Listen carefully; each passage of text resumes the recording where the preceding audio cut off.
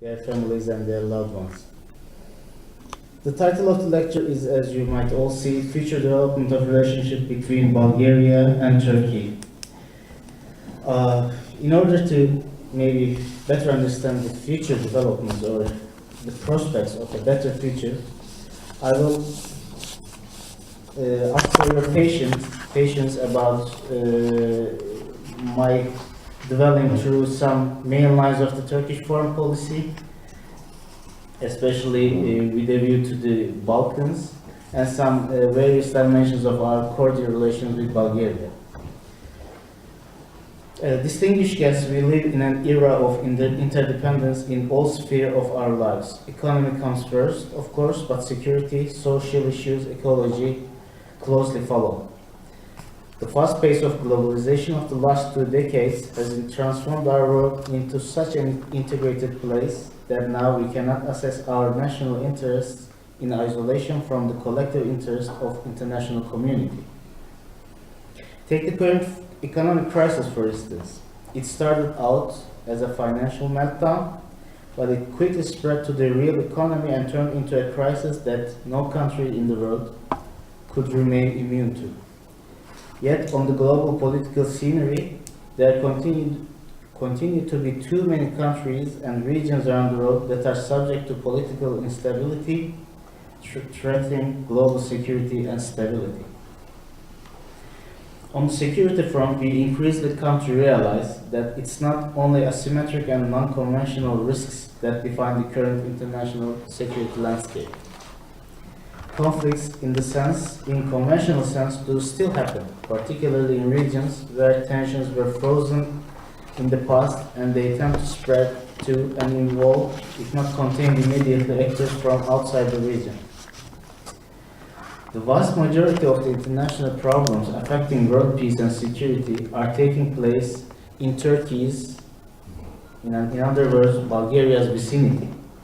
Furthermore, we are witnessing important tensions and transformations in our region and beyond. This is not only a challenge, but it also brings new opportunities.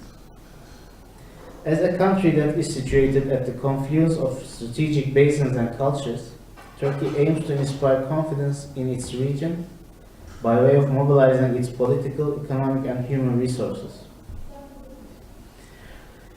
To give you a summary of the general outlook of the Turkish foreign policy, I wish to touch upon some principles which are currently shaping our policies. The first one is to strike a balance between freedom and security.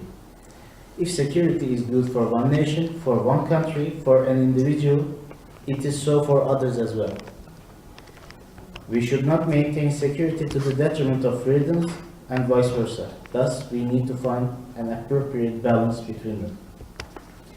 The second principle envisages the integration of Turkey with countries in its vicinity in order to implement more effectively wider, far-reaching policies.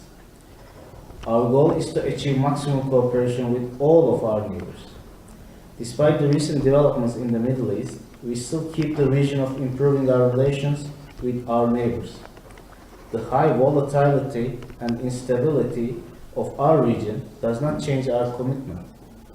We work with determination to contribute to the peace and stability around us. The third one is to conduct an effective diplomacy through neighboring regions. To that end, we are acting on the maxims of security for all, political dialogue, economic interdependence, as well as cultural harmony and mutual respect.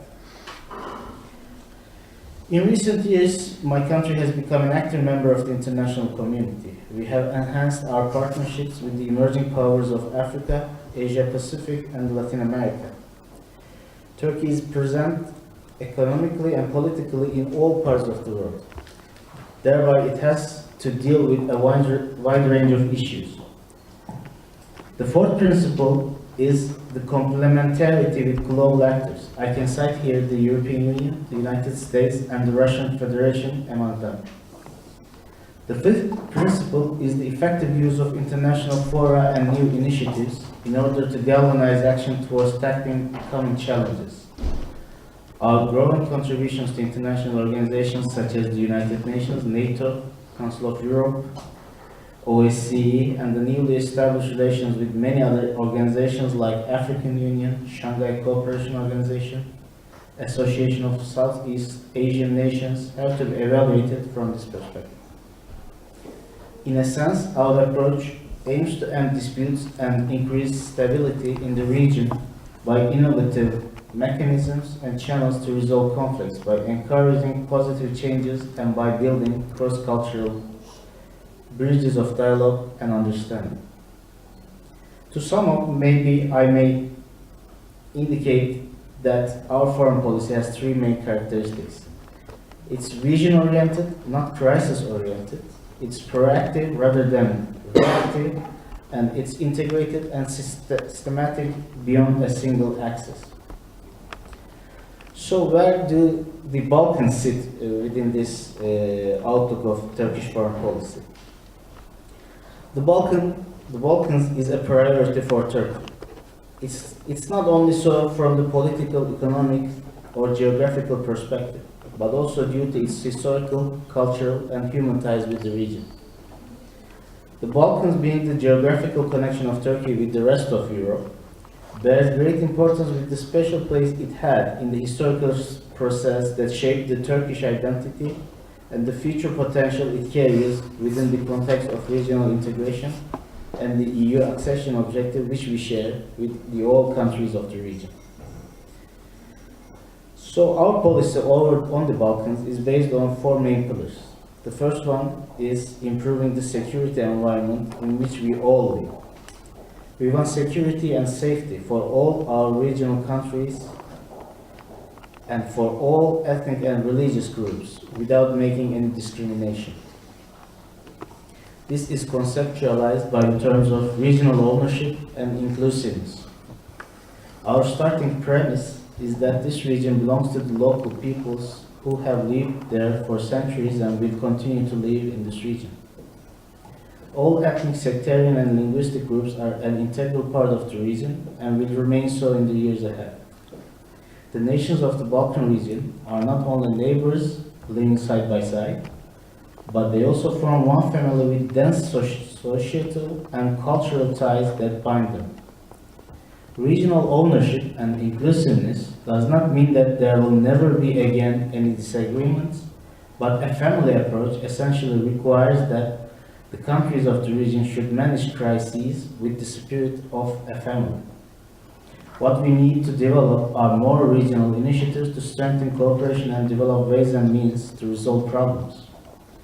In this sense, we could call the trilateral mechanism between Turkey, Bosnia-Herzegovina, and Serbia as a historic step.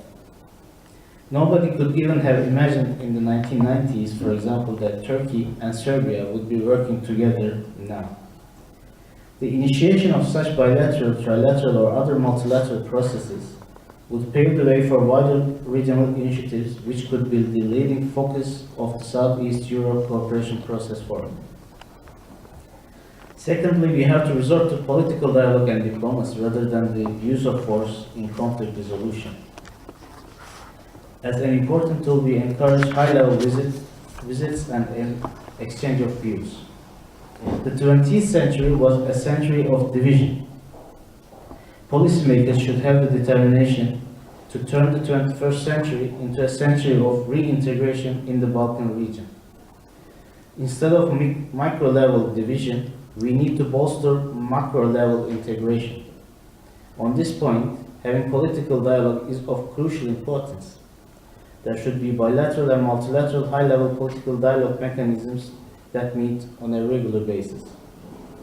Thirdly, we need to create an economic interdependence among regional countries and encourage maximum integration. That means more trade, that means more investment, that means more financial transactions, more trade routes, and more energy pipelines. Last but definitely not the least, we must spare no effort to preserve the multi-ethnic, multicultural, and multi-religious social fabric of the countries located in the Balkans with a view to ensuring harmony and peaceful coexistence. Despite the bitter experience of 90s, multiculturalism as experienced and practiced in the Balkans over the centuries is authentic in the sense that it reflects the diversity of the region. It's not only a recent byproduct of the imperative conditions triggered by migrations. Balkan multiculturalism is mainly a culmination of the authentic historical experience that has accumulated over centuries. The multiculturalism in Paris, in London, maybe in Berlin, is the result of migration, which has hence resulted in reactionary and, to a certain extent, of course, defensive opposition by some. The Balkan region reflects many valuable practical lessons and has a great potential to contribute to the shaping of the European cultural sphere. When I come to bilateral relations between Turkey and Bulgaria, I have to mention first that these relations are deep-rooted historical relations. With the transition of Bulgaria into democracy and free market economy, bilateral relations have made comprehensive progress in every field and context at all levels have increased. The legal framework required for improving bilateral economic and commercial relations has been completed. Our relations in the political, economic and cultural spheres have remarkably deepened and expanded. At present, we enjoy good neighborly relations with Bulgaria. Turkey would like to sustain and enhance its cooperation with Bulgaria based on sovereign equality and mutual interest. This is the basis of our approach to Bulgaria. Thanks to the efforts spared by both sides, our relations have become more important. High-level visits between the two countries are exchanged on a regular basis. And there are certain cooperation mechanisms present and working.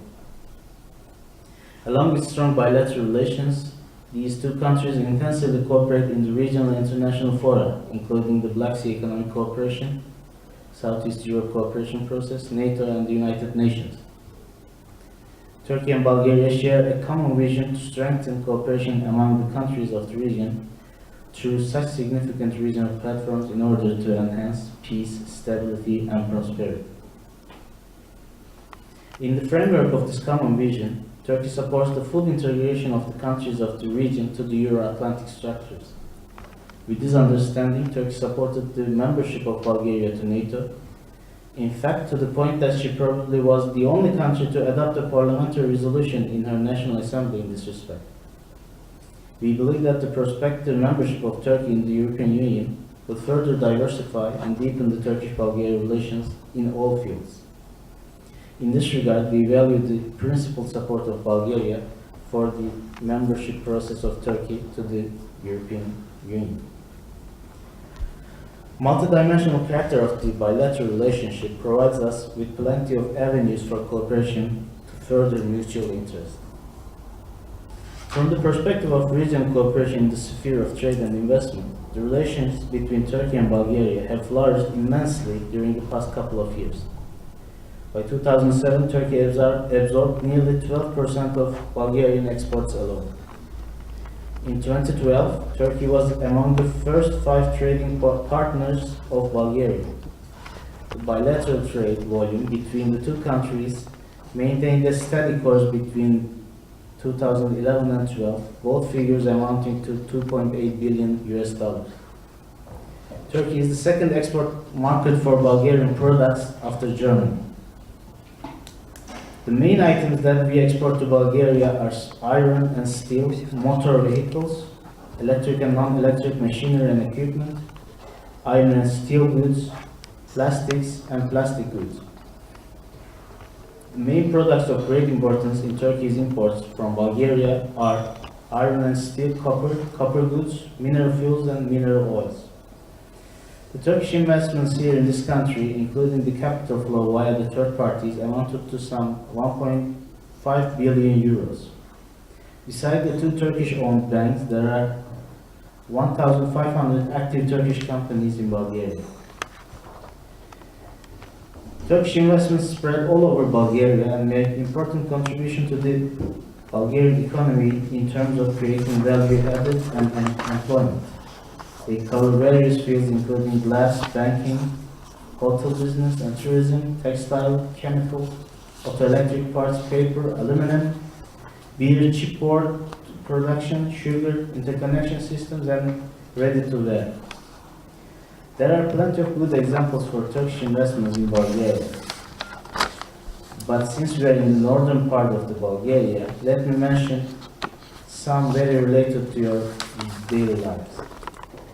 The production plant founded by Shisha Cami in the town of Târgoviște, with a capacity of 200,000 tons of flat glass, glassware, processed glass and mirror, is one of the largest investments made from scratch. The company employs approximately 1,500 people. Alcomet company, established in the city of Shumen, produces aluminum, and most of the company's production is export-oriented. Over 730 people are employed in this company. But we believe that we could do much more together, because I will give you some numbers which would make you understand the Turkish economy, or Turkey's economic growth better. The GDP of Turkey in 2012 was close to $800 billion. The growth rate of last 10 years is an average of 5%. The trade volume is very close to $400 billion. The number of foreign companies operating in Turkey as of 2012 is 33,000.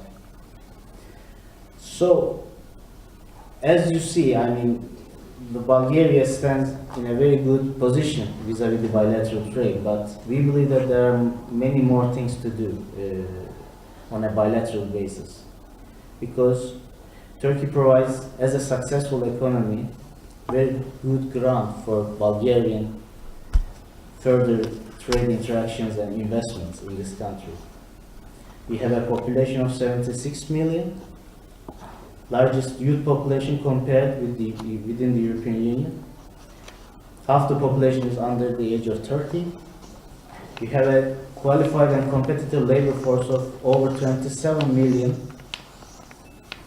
Each year, 600,000 students graduate from 170 universities in Turkey. More than 700,000 high school graduates, with around half of from vocational and technical high schools. We have a liberal and reformist investment climate.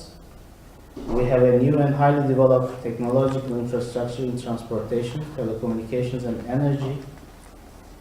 We are, as Bulgaria does, is centrally located as a natural bridge between east and west and north and south axis.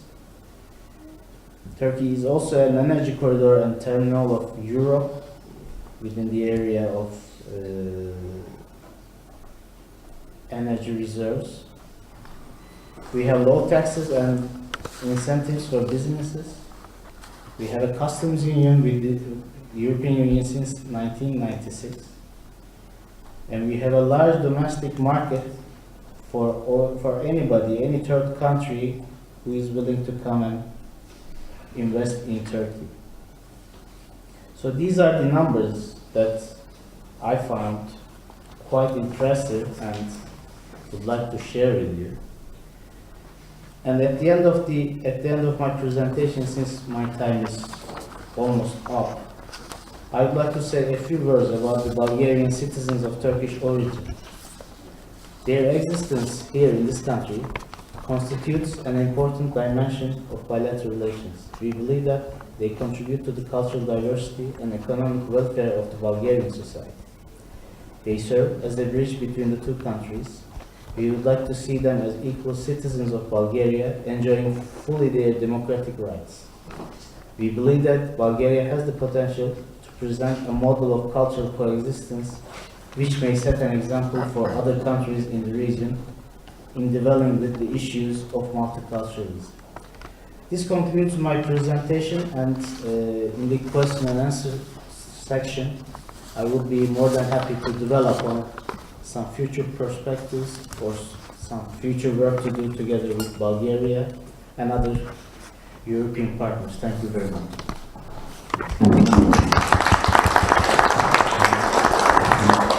Thank you, Mr. Yurdakul. I would like to invite our second speaker, Mr. Matthias Höpfner, Head of Diplomatic Mission of Germany in Bulgaria. Move around so I can see you better. Well, thank you very much. I really enjoyed your presentation, dear Mustafa, and I'm quite honored to be able to participate in this small conference that involves two of Bulgaria's heavyweight partners, and that is Russia and Turkey. And as you all know, Germany maintains very close and very intensive relations to both of these countries. The economic interaction with Russia, between Russia and Germany, is huge, also in the field of energy, by the way. So we just recently finalized the Nord Stream pipeline, which ends in Lubmin, close to Greifswald, crossing the Baltic Sea. And Turkey, Turkey plays a very important role in Germany. A city like Berlin is 30% Turkish, perhaps, or maybe only 20, but citizens with Turkish origin, they do play a very important role in German politics, and I'm personally a big fan of Turkey, this booming economy, and playing more and more important role in the region. Also, I just returned from Turkey from a sailing trip last week, and must say again, I had a very good time in your country. Well, I do have a manuscript. I feel tempted to leave it aside and try to speak more freely. I apologize that this may lead to a less fluent approach, but let me start with a personal remark. I've now finished my 4th year as a foreign diplomat here in Bulgaria, after having extended from 3 years to 4 years, and I'm at the beginning of my 5th year, an additional extension. So, well, why am I extending my term here a second, certainly the last time? That's the maximum. The Foreign Office in Berlin will accept. 5 years is the absolute limit. But I asked for a 5th year and they granted it, and I'm very happy about it. Why am I happy about it? Of course, because I like it so much in Bulgaria. Bulgaria is indeed a wonderful country, and what impresses me so much is the cultural density of this country that lies at the crossroads of different cultures, and it makes it extremely interesting, the rich and very long history of your country. But when I talk about cultural density, just the day before yesterday, when the protesters tore down the Berlin Wall in front of our embassy, we had a classical concert inside the embassy with young Bulgarian musicians, and I'm always mesmerized and totally impressed by the level of qualification and the musical feeling they present. We organized this concert to help them finance a master class in Vienna, and we were very successful. The guests were deeply impressed by the extremely high level of musical skills, and were very generous. So, of course, the wonderful sceneries of Bulgaria, and this is not just a lovely Black Sea coast, but also the untouched and very fascinating mountain sceneries, the wonderful climate that you are privileged to have. All these are elements that made my wife and myself like Bulgaria so much. And there's also another factor. I mean, there are many Bulgarians criticizing their own country for not being so perfect, and also foreigners and sometimes foreign diplomats even join these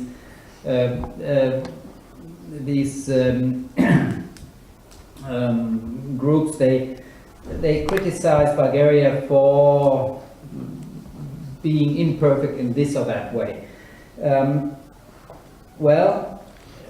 There is a charm of not being, or a charm to not being perfect. The mayor of Berlin, governing mayor of Berlin, Mr. Wowereit, he sometimes speaks of his own city as being poor but sexy. And there is something to that.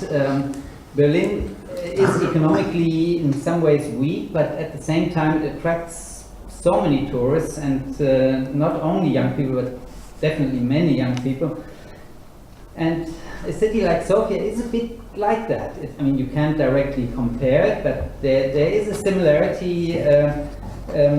Sofia is very charming, is not perfect, but this is part of the charm of it. So you don't have to be embarrassed about not being perfect. In some ways, it's also a positive asset. Well, coming to the topic of our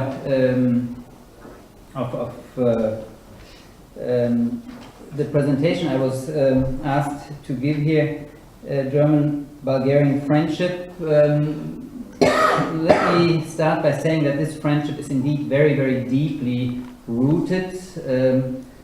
It was formalized by a German-Bulgarian friendship treaty in the year of 1992. At the time, our foreign minister was Hans-Dietrich Genscher, one of the architects of the Eastern enlargement of the European Union, of the unification of Europe, if you like. By the way, there are only 3 more treaties of that kind, and these are the treaties with Romania, with Hungary, and with the then Soviet Union. So you can see from that Bulgaria always had a high priority in our Southeastern Europe policy. But 1992, this was after the political changes. The roots of our friendship, they go, of course, much deeper, and by deeper I mean they date back much longer. And before I came to Bulgaria, I was certainly not aware how much back they in fact date. They go back to the 9th century. The first friendship treaty between our countries was concluded in the year of 853. I mean, there was no Germany at the time. It was the Franconian Empire, and they agreed on that treaty with Tsar Boris I at the time. Now, this friendship has, particularly in the past decades, translated into a very intensive cultural exchange, and this is reflected particularly, and I find that particularly impressive, in a very high number of here in Bulgaria of German language diploma schools. It's 23 German language diploma schools, where part of the academic schedule is actually taught in German. So German is not just a foreign language, but the kids are taught in German, at least in part. And when they graduate from high school, they can freely enter any German university. They do not need any further language qualification proof. And on top of that, we have in Bulgaria 2 full-fledged Abiturschulen, the German high school graduation schools. One is probably the top school here in Bulgaria, the Galabov school, which has a German branch. And when I hand out the Abiturzeugnisse, the graduation diplomas to these students, well, and I look into their eyes, I'm really impressed, and but not only looking into their eyes, but also looking at their marks, I'm really impressed. This is an excellent school, and I mean, these highly qualified young people, I'll come back to that later, they represent not only the future of our bilateral relations, but I mean, these young people, independent in which language they are trained, they represent the future, of course, of Bulgaria.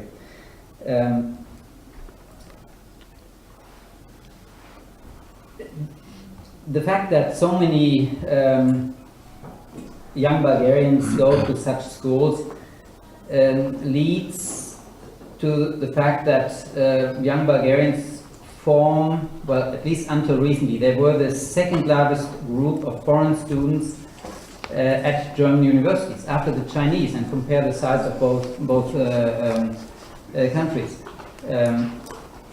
By the way, Russia also is in a leading role there. Many young Russians have recently come to Germany to study at our universities.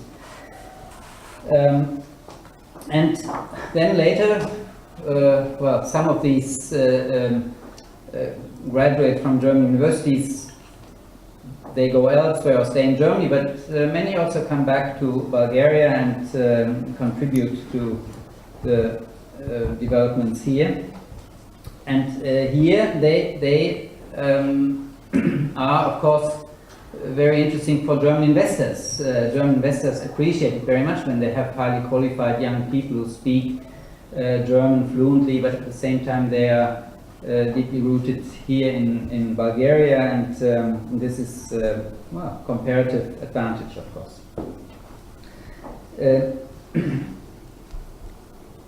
Speaking about German investors and economic, this leads me to the economic relations, and until very recently Germany was, in terms of trade figures, the #1 partner of Bulgaria.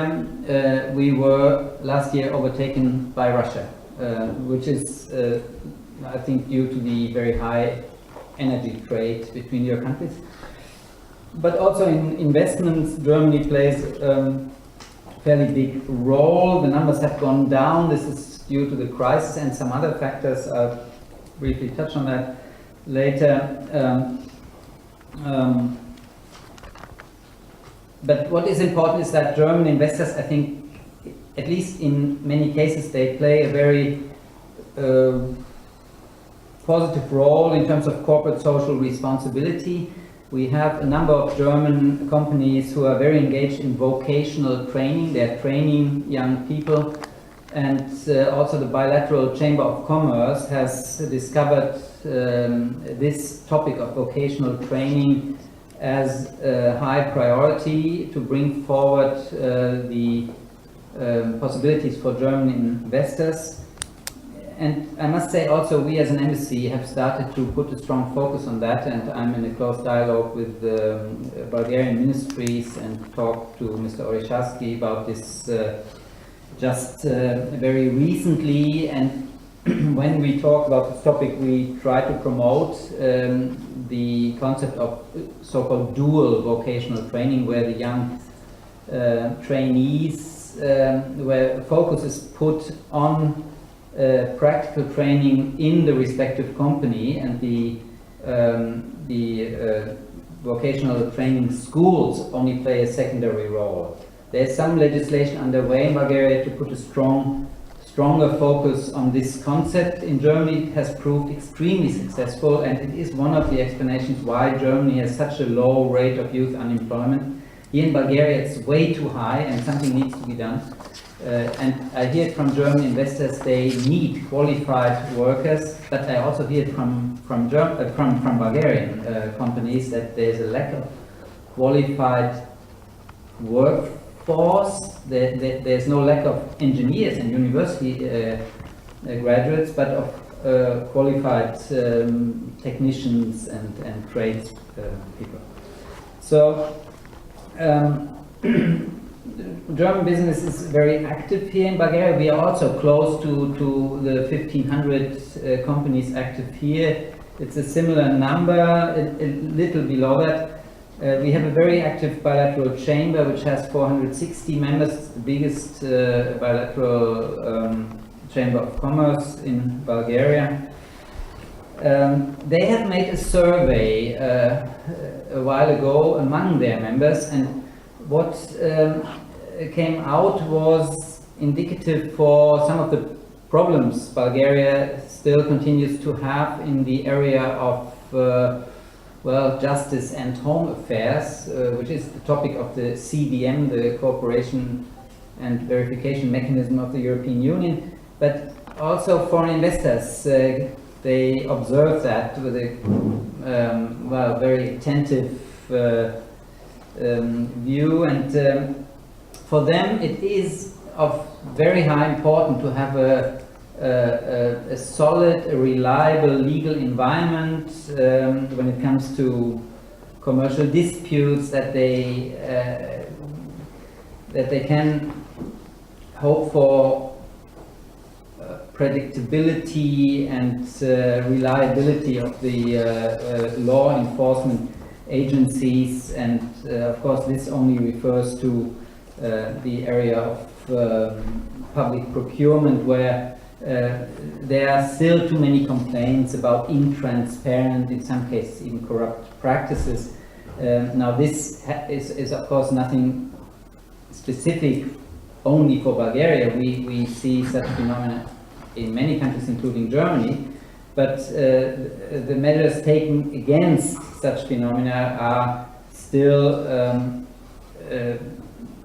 not fully satisfactory, and we hope for progress, but some progress has been achieved, and this is maybe the explanation why we have recently seen some new German investments, but definitely more progress in this area of well, law enforcement, law, legal environment in general needs to be done to attract small and medium-sized companies from not only Germany but also other foreign countries, because they are, of course, when they run into problems, they are particularly vulnerable. If they lose a case, they may lose their business. The big players, they can defend themselves, but the small and medium-sized companies, for them it's more difficult.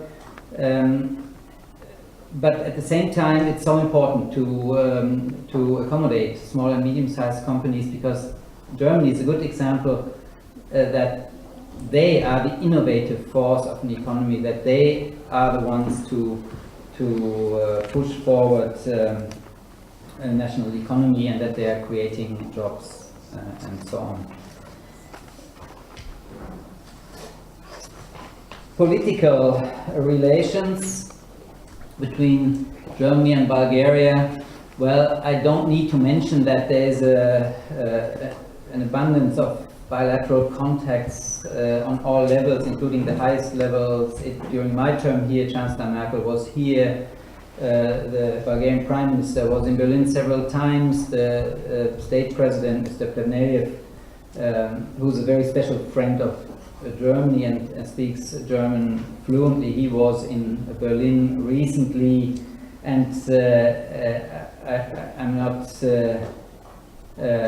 telling any secrets when I say, well, there are pick up the phone type of relations between our governments, even on the highest level. But from today's perspective, bilateral political relations have to be always put into the context of European integration. In 2007, Bulgaria joined the European Union. Germany had at the time the EU presidency, by the way, and this was, as before the accession to NATO, this was a very important step, of course, for Bulgaria, but for all of Europe. And since then, we are observing a process of continuing integration of Bulgaria into the EU structures. In the year of 2007, everyone was aware that certain accession criteria, the so-called Copenhagen criteria, were not fully met. This is true in particular for the area of justice and home affairs, which I already mentioned in the context of the business environment. And that's why this cooperation verification mechanism was introduced, and well, it has been in place now for roughly 6 years. And some progress has indeed been achieved, which is part of these regular progress reports. But at the same time, there are still some benchmarks that have so far not been met. And while the progress is visible, namely in the legislative area, it is the lack of implementation in the daily law enforcement work of the law enforcement agencies of the country that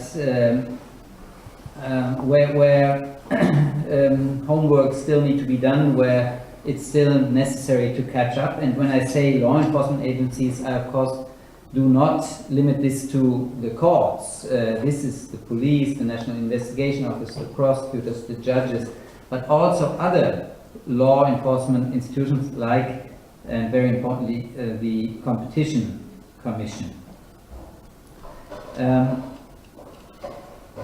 The number of last instance convictions is still, at least when it comes to high-level crime and high-level corruption, in our view, not sufficient, and there lingers the impression of a sometimes selective approach in a law application.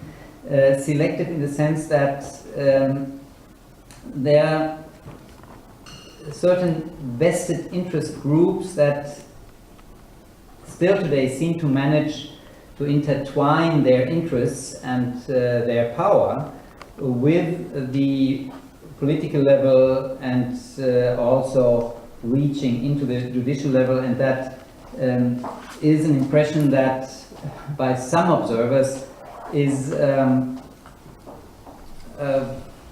characterized as being kind of a state in the state, where you have a democratically elected parliament, a democratically appointed government, but at the same time there are very powerful interest groups working in the background that, and sometimes it's not quite clear who really is in the lead.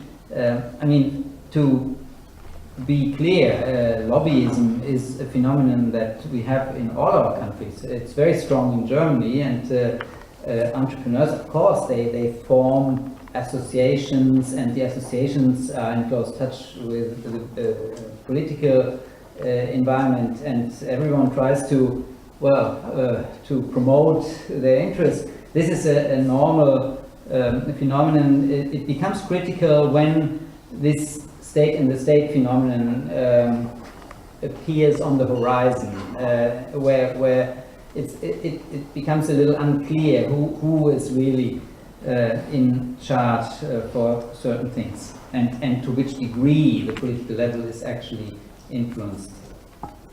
So this is a typical phenomenon of transition periods, and Bulgaria, yes, still is a transition country, but we believe it's moving towards the end of the transition period.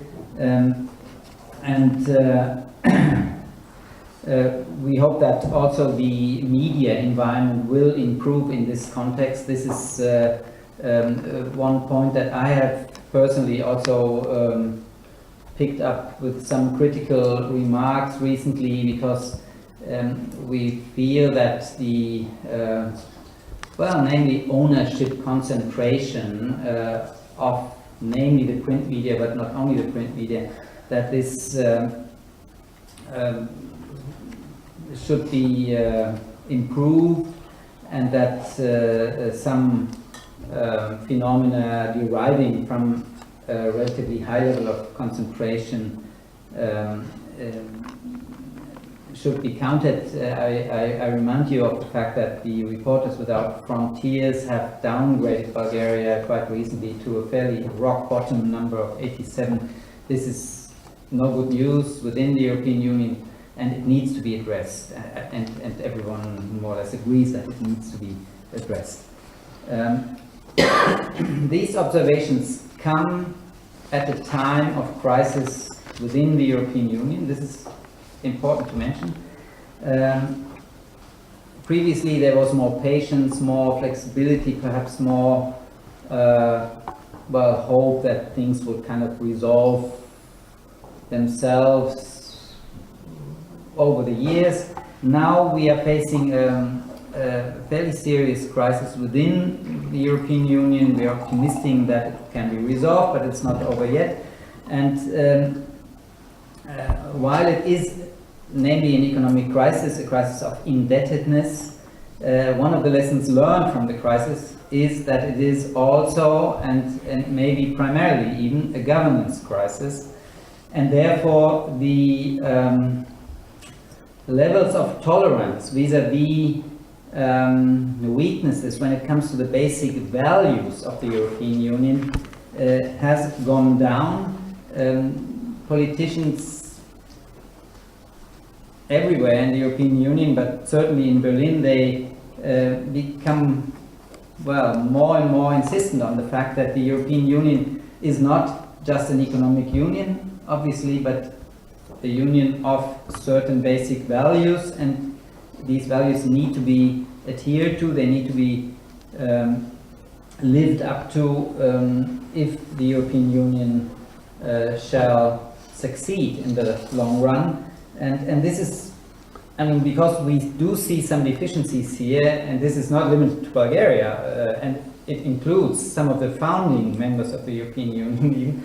Therefore, the German foreign minister, together with some colleagues, has taken the initiative to found a so-called future group of foreign ministers. Your Bulgarian foreign minister will participate in one of these meetings shortly. And they are discussing ways and means to better promote and also control these values, and there's also been a letter of 4 foreign ministers, among them again the German foreign minister, to Mr. Barroso, stressing that point. The current state of affairs in the European Union is the Article 7 of the Lisbon Treaty being the ultima ratio, but it's more theory than of practical use, because it takes unanimity among all members to really impose any sanctions under Article 7. There's also, of course, the infringement procedures of the European Commission. That's a fairly technical instrument, but we need something in between to defend the Central European values. If we don't address that issue fairly urgently and find solutions soon, we in Germany are afraid that the centrifugal forces that we are starting to see in the European Union, that they would be increased, and that it will be more difficult to control them.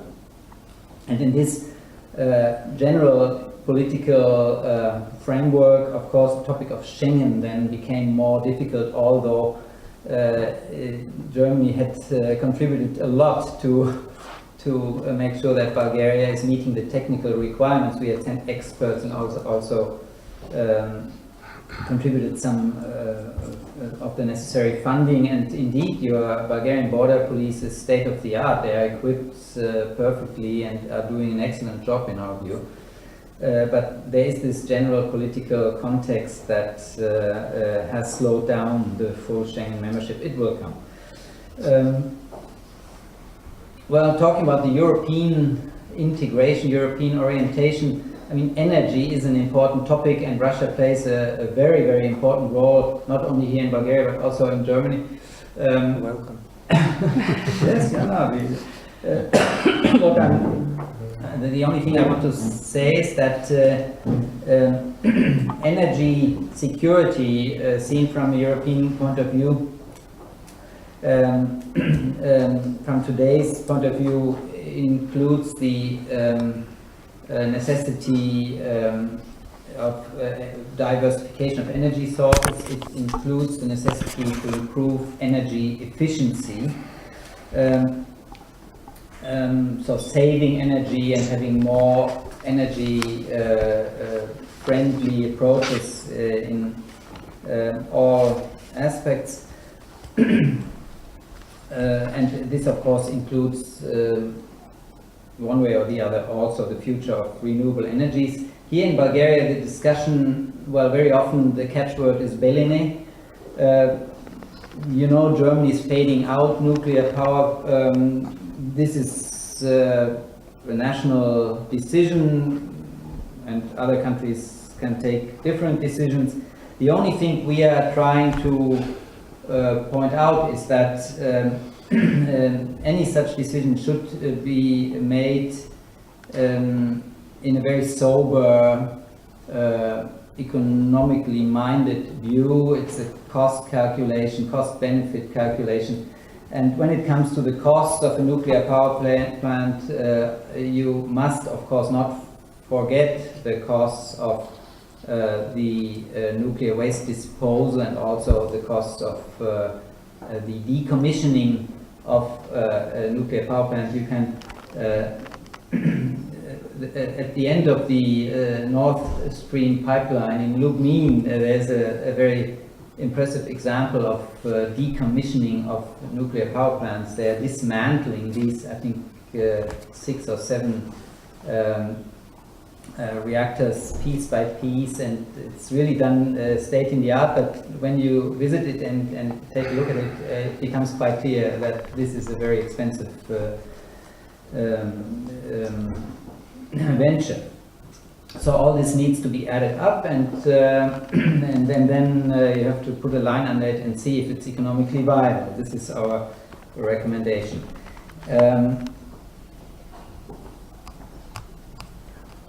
Let me briefly touch on one aspect of, and I'm already a bit over the time, on one aspect of political relations, and again, political relations, it has left the bilateral context and is part of European relations at this point. I'm talking about civil society because no modern democracy will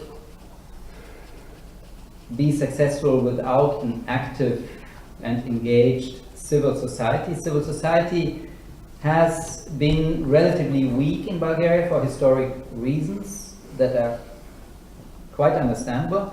But recently we have seen a fairly significant increase in civil or civic energy and civil society engagement. And when this happened for the first time in February, my colleagues in Berlin asked me some critical questions. They were concerned whether now the austerity policy in Bulgaria, and you know Germany is promoting in principle an austerity policy to maneuver out of the crisis, combined of course with growth,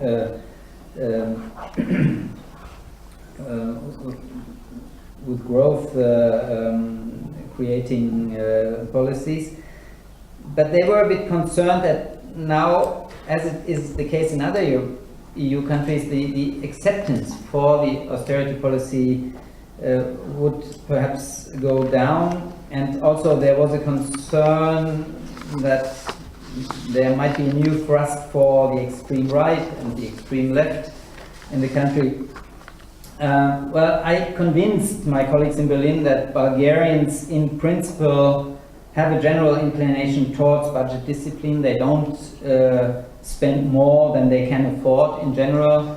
And but perhaps austerity should be more balanced, should be more put also into a social context. And indeed, your macroeconomic numbers are so fantastic, being way below the 3% budgetary deficit limit, and the indebtedness is way below 20%. So you are among the champions in the European Union with regard to the macroeconomic numbers, and that means that there is indeed some flexibility. At the same time, this flexibility should be handled carefully, and the austerity approach should not be left, in our view. The civil society engagement that I'm mentioning, it has of course also shown some fairly deep frustration in the society, frustration about a perceived lack of justice, about the ostentative wealth of some of the profiteers of the transition period, profiteers that are that continue to search for monopolies to further increase their marge de manœuvre, and underestimating perhaps in some cases the importance of market economy type of competition. Only when such a competition is upheld will an economy prosper in the long run. So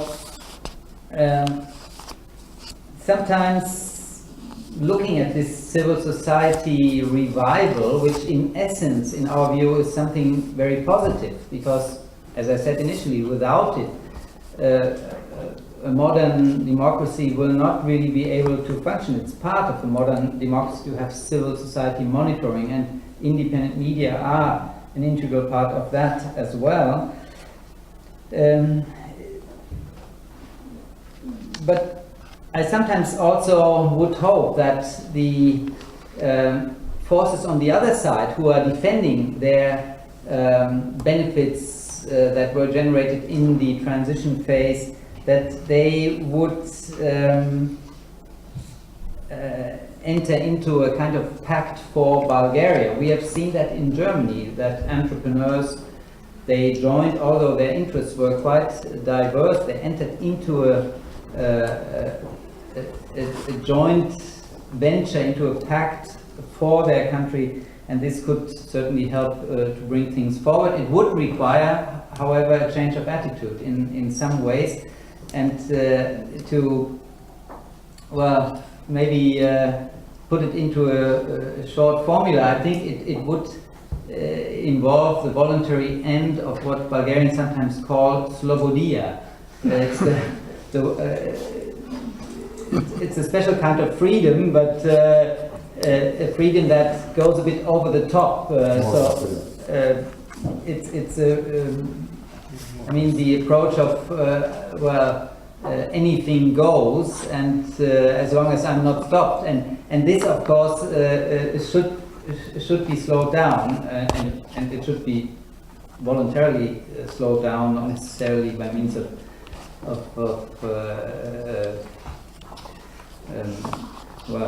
measures by the authorities, because it is in the medium and long-term interest of everyone that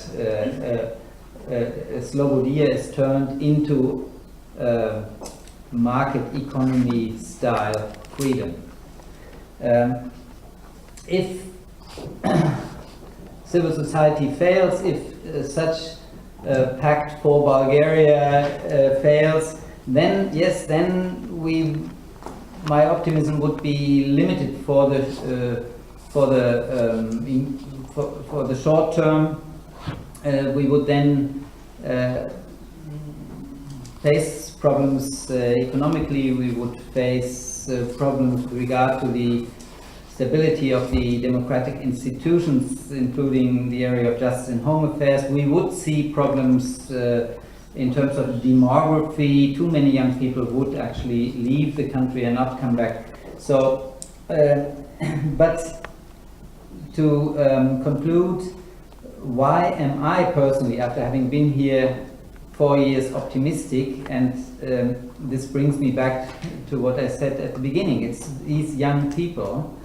I tend to call them the Erasmus generation. The young Bulgarians, they are polyglot. They speak English, German, Russian, Turkish.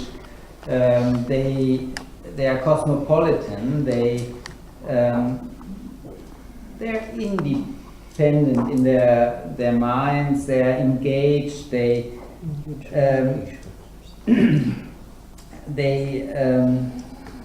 are interested in their own country while being open and really not only seeing themselves but living up to be Europeans.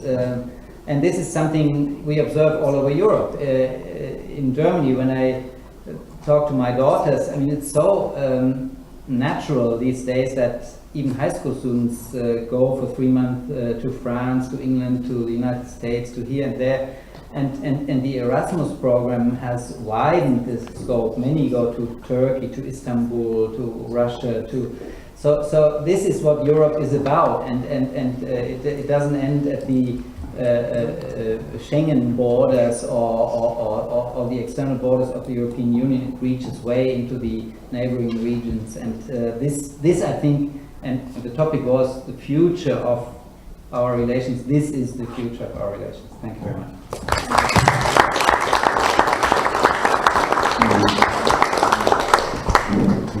Thank you very much, Mr. Höfner. According to our agenda, we have a lunch break now. It's also working for exchanging opinions and talking. I would like that we start again at 4 p.m. here in this place. Please pass to the next room. There will be the buffet where you can take food.